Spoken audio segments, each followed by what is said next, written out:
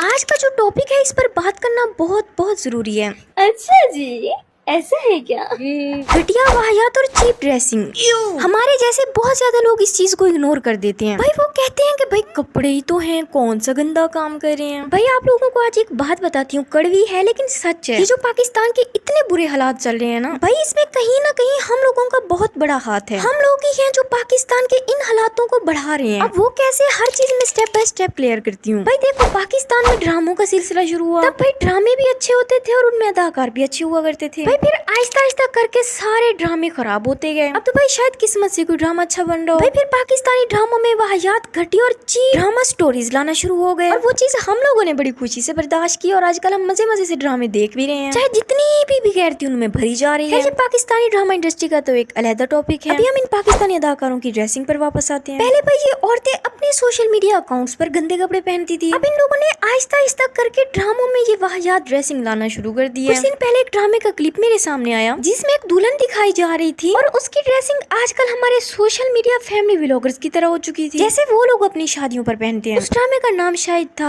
आपकी इज्जत। वो जो दुल्हन थी और उसने जो ड्रेस पहना हुआ था वो इंतहाई नंगा था। और जब वो मैंने क्लिप देखा तो मैं वही सोचने लग गई कि ये ड्रामा अब फैमिली में बैठकर देखा जाएगा। अब ये जो सोशल मीडिया अकाउंट से अपनी शादियों पर कपड़े पहनती हैं ये औरतें, उस ट्रेंड को इन लोगों ने ड्रामों में लाना शुरू कर दिया है। और जो चीज ड्रामों में नॉर्मल हो रही है वो नॉर्मल जिंदगी में तो वैसे ही नॉर्मल हो जाएगी। अब सोचो, जो लड़की, जो बच्ची देख रही होगी इसको, वो ये सोचेगी ये भाई मेरी फेवरेट अदाकार इतने चीप कपड़े पहनकर इतनी कंफर्टेबल है तो मैं भी पहनूंगी, क्योंकि भाई ये तो मेरी आइडियल है, मैं इसके जैसा बनना चाहती हूँ, मैं तो ऐसे कपड़े पहनूंगी तो इसके जैसा बन जाऊंगी। और इसने अपनी शादी पर ऐसी ड्रेसिंग की है तो मैं भी अपनी शादी पर ऐसी ड्रेसिंग करूंगी। वो होता ना देखो देखी वाला सीन, भाई वही ऑन हो जाएगा। अब भाई जैसे हमारी आयजा आंटी को देख लीजिए, अब कुछ बिलबतूरे और परिस्तान की शहजादियों को मेरी बातें बुरी लगने लग जाएंगी कि ए पुष्पा बाजी आपकी हिम्मत कैसे हुई हमारी आयजा मम्मी को आंटी बोलने की। अब भाई जो आंटी है उसको आंटी नहीं तो क्या चूजी बोलूंगी। तो भाई हमारी आयजा आंटी एक स्टेटमेंट फेंकती थी कि भाई मैं तो अधरंगे कपड़े क्या, मैं तो स्लीवलेस भी पहनना पसंद नहीं करती,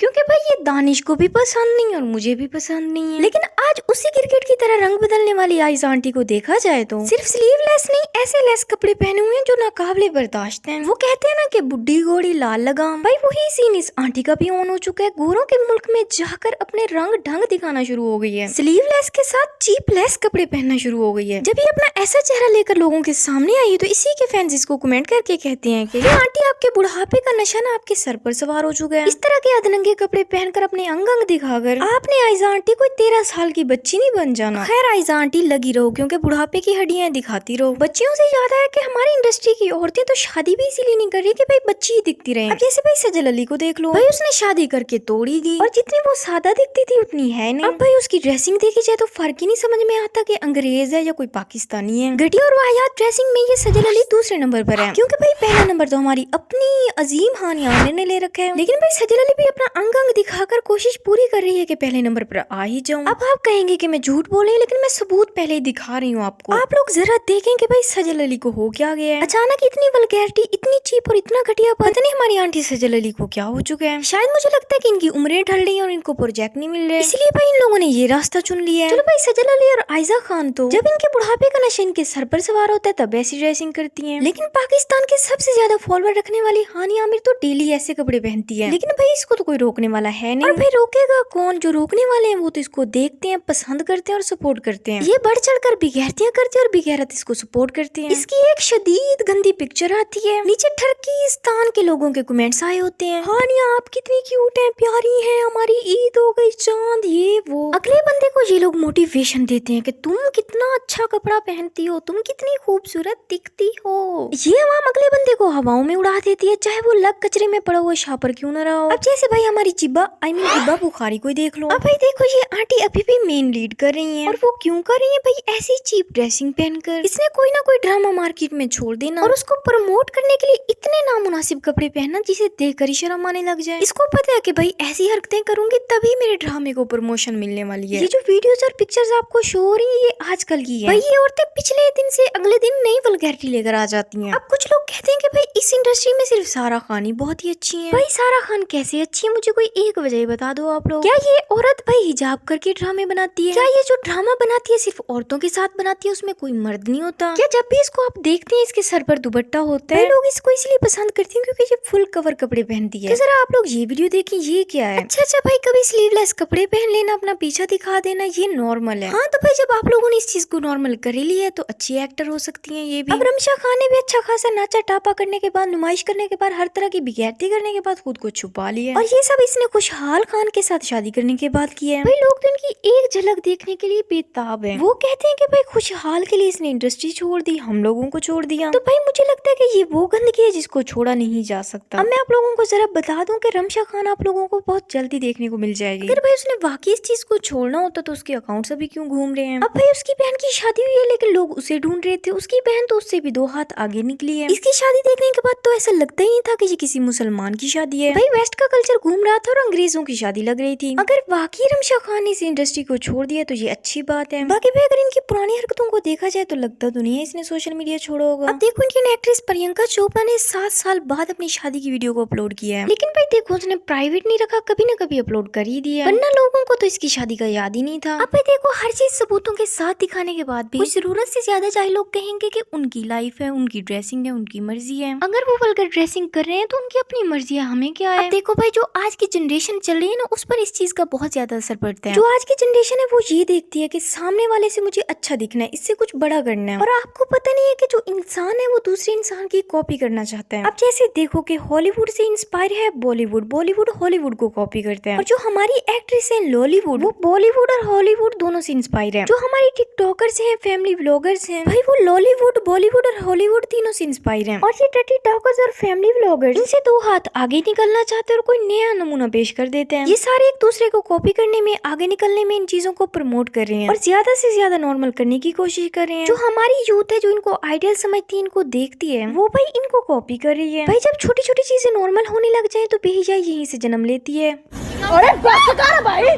और पागल कर दिया पीछा छोड़। बाकी भाई मेरा यही मकसद है हकीकत दिखाना, बाकी फैसला आप लोगों ने करना होता है। अगर वाकई मेरा कोई पॉइंट अच्छा लगा है तो वीडियो को लाइक कर दो। भाई मुझे पता है कि कुछ लोगों के लिए ये चीजें नॉर्मल है बट मेरे लिए नहीं है। जब मैं ये बेहिजाई पाकिस्तान में देखती हूँ तो भाई मेरा दिल करता है कि मैं इस चीज को रोकूं, इस पर आवाज उठाऊं। भाई मुझे पता है कि मेरी बात करने की वजह से ये चीजें कभी बैन नहीं होने वाली, लेकिन भाई जो इंसान मेरी वीडियो देखता है उसको पता होना चाहिए कि ये चीज गलत है और ये सही है। बाकी फिर भी वो इस चीज को सपोर्ट करता है, प्रमोट करता है, तो ये उसकी अपनी गलती है। भाई 80% कुछ ऐसे लोग हैं जो मेरी वीडियो देखने के बाद इन चीजों को बाइकआउट कर रहे हैं। इसका मतलब तो यही है कि भाई मेरी मेहनत जाया नहीं जा रही है। आज की वीडियो में ज्ञान कुछ ज्यादा नहीं हो गया। अगर तो आप लोगों को मेरा ये चैनल पहली बार मिला है तो पहले कहाँ थे भाई आप लोग? इतना अच्छा चैनल आप लोगों की नजर से दूर कैसे था? अगर तो मुश्किल से मिल ही गया तो सब्सक्राइब कर दो, वरना फिर से गुम हो जाएगा। एंड हाँ, हमारे सेकंड चैनल पुष्पा बाजी 2.0 को भी सब्सक्राइब कर देना। हमारे सेकंड चैनल पर पहले भी एक वीडियो अपलोड है और मैंने दूसरी भी अप कर दी है। अब जल्दी से जाओ वहाँ पर भी सपोर्ट दिखाओ, लाइक, सब्सक्राइब और बहुत ज्यादा कमेंट्स करना। खैर मुझे लगता है आज के लिए इतना ही काफी है। मैं मिलती हूँ आप लोगों से नेक्स्ट वीडियो में दिखाते हुए किसी और का तब तक के लिए अल्लाह हाफिज।